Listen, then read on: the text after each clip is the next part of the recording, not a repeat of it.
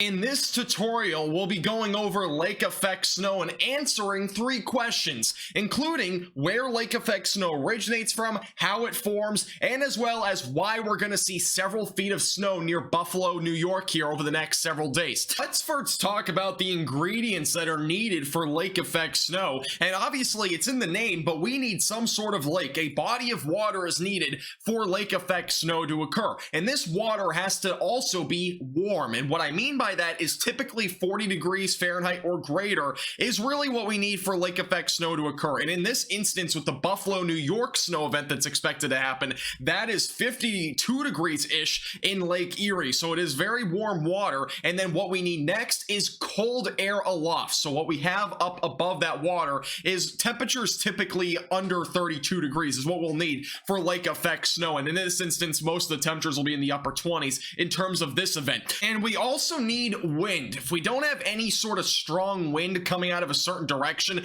we're not really going to get any lake effect snow. If the winds are very calm, we're not going to have any lake effect snow reach land. So we really need some wind at least that is typically on the stronger end. So 15 to 20 miles per hour, sometimes a little bit higher than that, is a good wind speed for lake effect snow. One other thing I forgot to mention is that we do need moisture. We can't just have dry air aloft. So we need to have some moisture here, especially where these clouds end up developing. That will help to be able to create the rising air motion, and eventually we'll start to see some lake effect snow occur inland. So this is the big setup in terms of lake effect snow. And in regards to the current lake effect snow event that's ongoing across the Great Lakes region and even into areas like Western New York and Western Pennsylvania, this is our current setup. We have a trough that is currently built in basically over Lake Erie. It's just north of there, actually over Lake Ontario. So we're going to have those winds again coming out of the west, which is perfect. That basically means that when they come out of the west, we're going to have all that snow really fill into this small area, it looks like,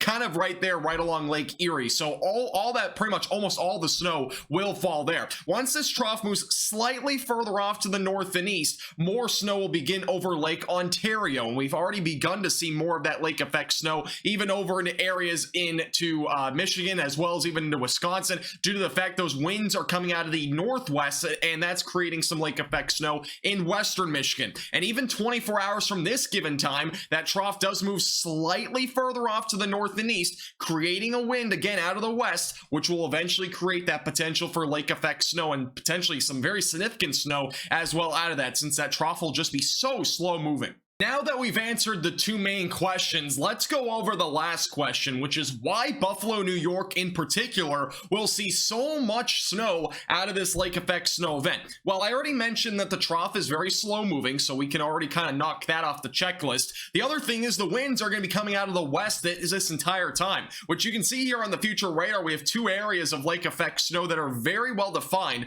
One back over in western New York. We also have one back up near Watertown, New York, back over in upstate New York. So over the next 24 to 48 hours, this will just continue. And eventually, once those winds go out of the southwest, that lake effect snow will even change gears and go a bit more off to the northeast, since we still have that humidity and we still have the warm lake waters, and that will remain here for the next month or so. We'll still have that lake effect snow, but it may change directions just a little bit. Now, in terms of the winds, this is the temperatures as well. Again, the lake effect snow is really going to develop because the winds coming out of the west. So that will continue over the next 24 to maybe even 48 hours. And then eventually, as that trough moves a bit further off to the north and east, the winds may change directions out of the southwest. Therefore, we may not see nearly as much snow as some people have hyped it up to be. However, there's definitely a possibility that we could possibly see as much as 3 to 4 feet of snow. Cannot rule out up to 5 feet of snow out of this event. Areas near Buffalo, New York could very well see upwards of 60 inches of snow when this is all said and done. If you enjoyed this tutorial video, make sure to hit the like button down below and subscribe for more great content.